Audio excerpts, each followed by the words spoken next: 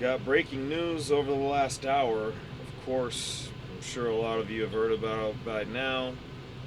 Sean McDermott, no longer the head coach of the Buffalo Bills. This, I feel like, is stunning. And interestingly enough, I actually should have had a vid uploaded yesterday um, regarding the situation with the Denver Broncos, Bo Nix, and so forth. And ironically enough, I'm actually coming to you guys with this. I mean, it's one thing, and all jokes aside, we had the Broncos literally sending members of the Buffalo Bills home in tears, and now they're without their head coach. I mean, and I'm not, just to be clear, not trying to make light of that or like I said, I don't mean to make any joke of that. You actually see the press conference for Josh Allen and, of course, Deion Dawkins with the press back in the locker room. Both of them incredibly emotional, and understandably so. I mean, football is a tough sport. The NFL is probably, if not the toughest league in all of sports throughout the world. I don't care what you want to put into the category, but I mean, it's quite evident that these dudes, their hearts were in it. They wanted it as badly as anybody else possibly could. I mean, people see this sort of thing as a childhood dream. And unfortunately, at least for them, they won't be fulfilling that, at least not this year. And in this particular case, they're not going to be doing it with Sean McDermott any further. I mean, it's real wild. Guy was 98 and 50 as the Bills head coach. I feel like he's gotten them to their highest success points, but I guess he's gotten them as far as he can get them, and that's literally how the Bills front office seems to feel.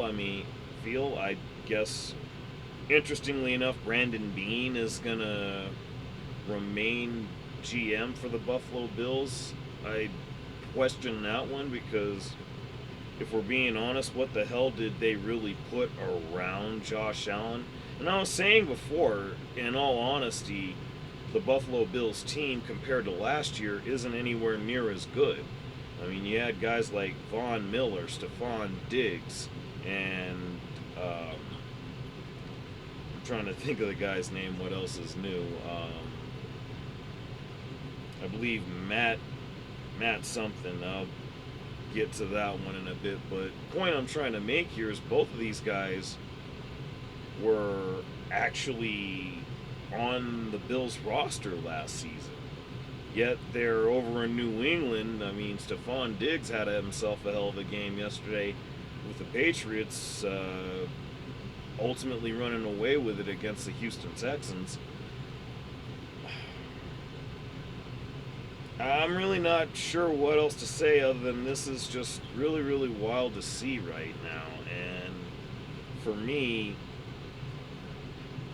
I mean, you got some pretty good candidates out there, particularly in-house with offensive coordinator Joe Brady. I don't know if they don't elevate him because, at least from what I noticed, he's definitely been the key to the offensive success of the Buffalo Bills. He's definitely been a very, very trusted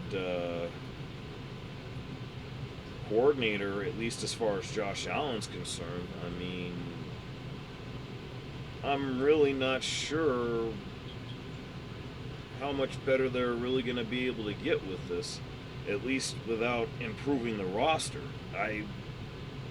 Just I'd like to think that at least one more season with McDermott with an improved roster, who knows what could happen. I mean, they weren't the same team defensively, as I mentioned before. Offensively, they still got James Cook. They still got quite a bit of talent at the running back position. Ty Johnson, Ray Davis, amongst to be specific. And of course, you got tight ends Dawson Knox, Dalton Kincaid, and rookie Jackson Hawes, who I feel like is going to be really good moving forward.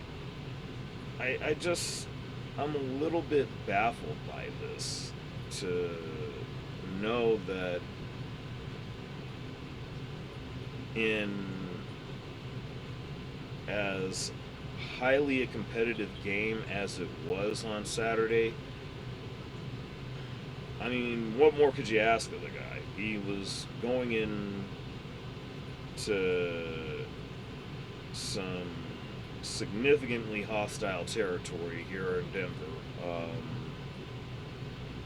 I mean, it was pretty much against him. I mean, the Denver defense is one of the best, if not the best in the league. Easy for me to say that and all, given my content. But I'm just trying to think, what did you expect? And really, they came pretty close to winning. It was just a matter of what people seem to be making out to be a controversial play, which it's not nearly as much so as they want to believe. Maybe the aspect of it not being reviewed like they talked about, but let's be honest here. Even if they reviewed it, it wasn't going to make that much of a difference. It was not a catch. I mean, if McMillan was able to get a hold of the possession and Brandon Cooks did not fight for it to maintain it long enough, like, that just, I'm sorry, that does not compute. And surviving the ground does not compute either, because if nothing else, if that were the case, Jaquan shouldn't have came up with the ball as easily as he did. I mean, he literally ripped it away, and I've seen countless plays like that that have ended up the same way, getting called the exact same way with that same result. So, to me, I don't think you look at that as the issue. I don't really see anything other than the fact that they just had themselves a bit of a depleted roster, especially with the injuries as it was. But even with a lot of those guys there, were they necessarily good enough to get them over the top? I'm not necessarily sure that was the case. But the flip side to it is now you actually enter a head coaching search, which started off with 9 teams. I guess now you could say it would have been 10 total, but 2 of those jobs have already been filled, namely the Giants and the Falcons, with John Harbaugh and Kevin Stefanski, respectively, taking on those opportunities. And more than anything else, I'm not sure that this isn't something of a knee-jerk reaction here. I really don't see where this is anything other than a hasty move. I just I can't look at this situation, evaluate it for what it is, and of course everything's still fresh, but it just, like, I trying to wrap my head around it, it just is a little bit wild. I mean, I get it. Multiple appearances in the playoffs, yet you still not getting into the Super Bowl.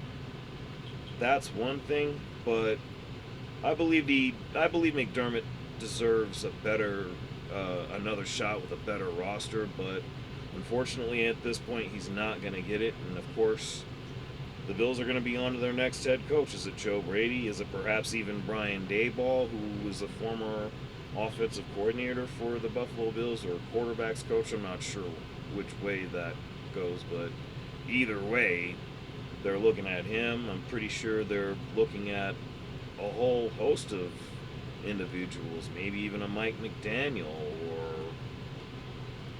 who knows who else they could be looking at this point. But regardless, it's, to me, a move that I don't necessarily agree with. I understand it, but at the same time,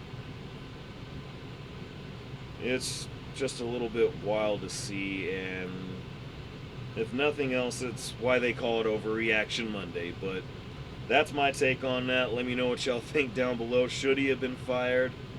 Was this unfair? I mean, sure, it's unfair. Of course, life is unfair, but to me, this is just a little bit ridiculous. But that's just me. Again, let me know what y'all think down below. Of course, if you enjoy the content, like, share, subscribe. By the way, also hit that notification bell so that you know when we're coming through with new videos. With that in mind, this has been A&J. Thank you for coming through.